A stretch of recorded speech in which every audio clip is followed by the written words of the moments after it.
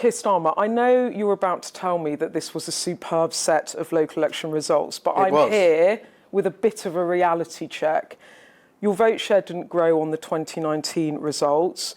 When you extrapolate out to a general election, you're not winning an outright majority.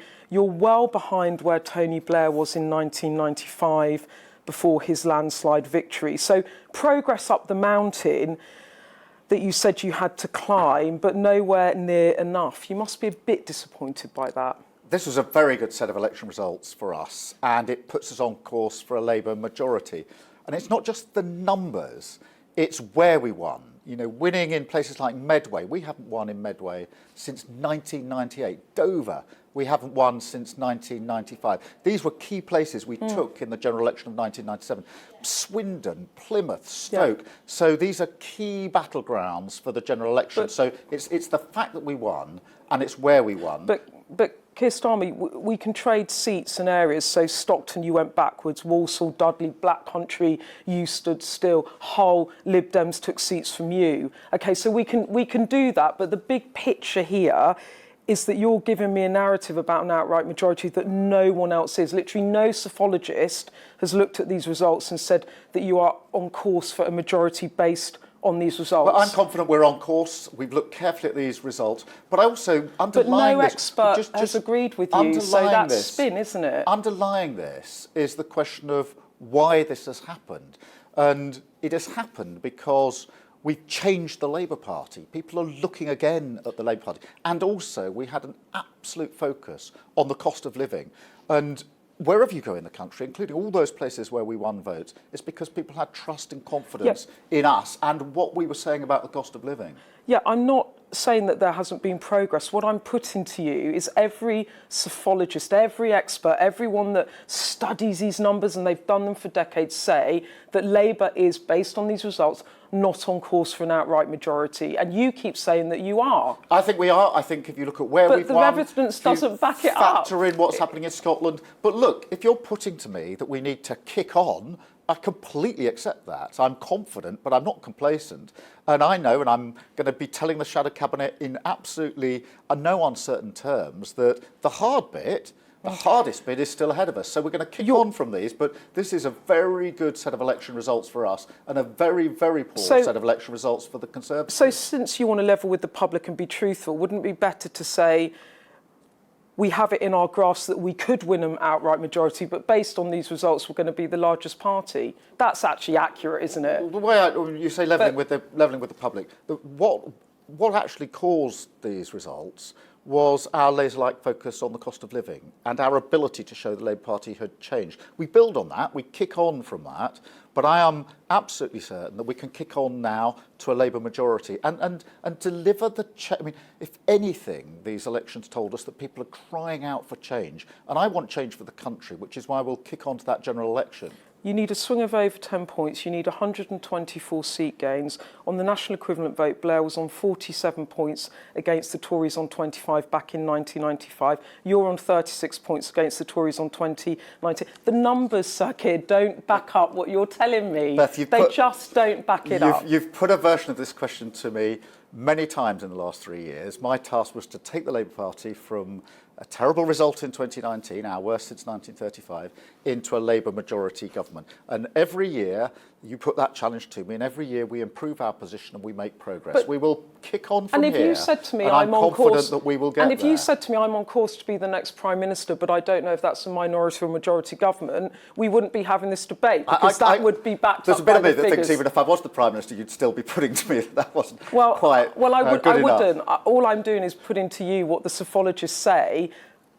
No one agrees with you that you are on course for an outright majority, literally no one, and it's your spin. When I took over as leader of the Labour Party, people shook me by the hand and said, good luck. And then they said, you'll never do it in one term. And now we're being challenged because we're not further ahead. That shows the progress that we've made, but it's why we've done it. It's the connection with the public about the issue that matters them, the cost of living crisis. Well, you say you need to kick on. The real winner, though, that gave you a bit of a kick in as well as the Tories was Ed Davey. Is there a tinge of envy or fear there?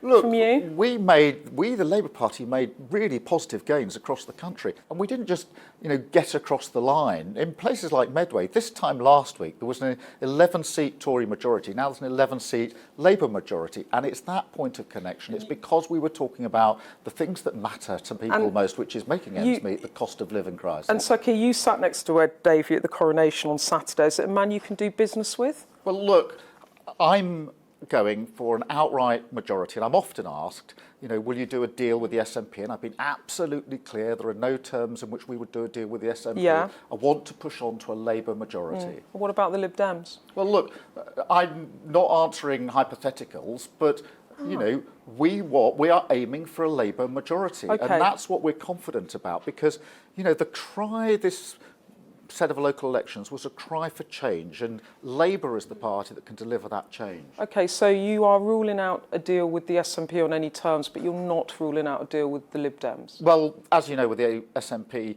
it's a fundamental difference. I do not believe in the breakup and separation of the United Kingdom. I do not believe that our future will be better if we put a border between Scotland and England. So it's there's no basis for an agreement. But just to be clear, you're ruling out any sort of arrangement with the SNP, and you are not doing that with the Liberal Democrats. But I'm clear, I'm pressing on. I want a Labour majority government, a workable majority. Because the reason I asked, Sir Keir, is that last year you said you would not go into coalition with anyone, including the Lib Dems. You said that in an interview with Bloomberg. So you're slightly changing position. No, I've said throughout, actually from the day I took over as leader, that I want to go for a Labour majority government, because that's the way we can deliver change. That's my total focus. The hypotheticals about what might happen, that goes on for every general election. But what I'm hearing is that you are now slightly equivocating on the Liberal Democrats, because last year you said you wouldn't have any formal arrangement with the Liberal Democrats,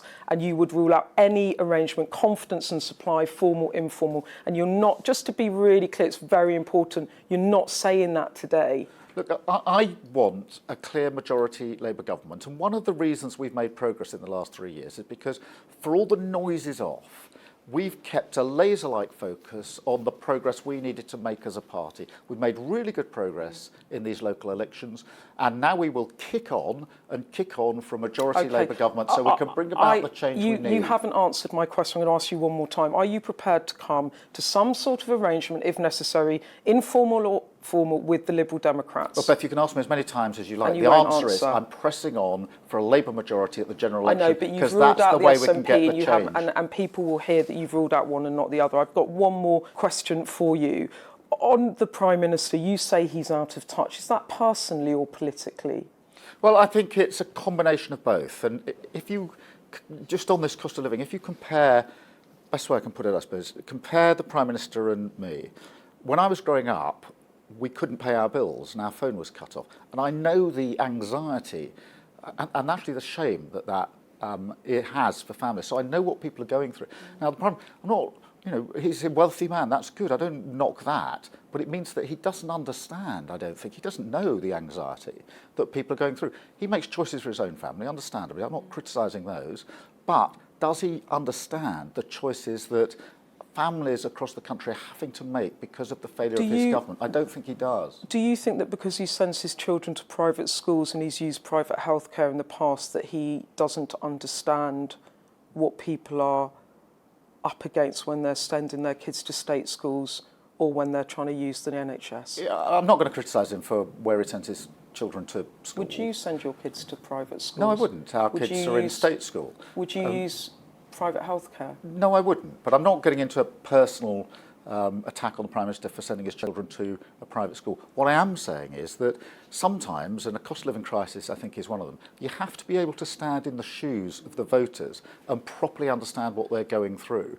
And I don't think that the Prime Minister is able to properly understand the decisions that families are having to make as a result of the terrible decisions of his government.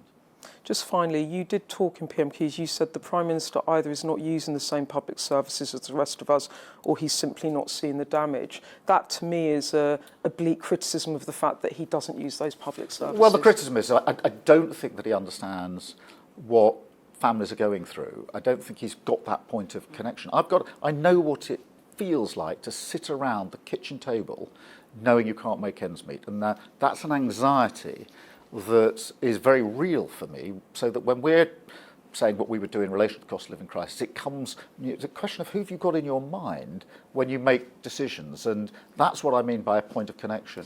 Final question, 1 to 10, how likely is it going to be that you will have a majority Labour government next year if there's an election? Towards the top end. So that's what we're going for. 8 that's out what of 10? Well, look, I'm not a betting person. I'm not going to put money on this. I'm going to do what I've done for 3 and a bit years now, which is I know what I've got to achieve and I know why I've got to achieve it, and I'm going to shut out the noise, concentrate on, and year after year we make progress, we improve, and there's a reason for that. We're a changed party, laser focused on the cost of living, which is the single most important thing for voters. Okay, Sir Keir, thank you so much. Thank you. Thank you. Thank you.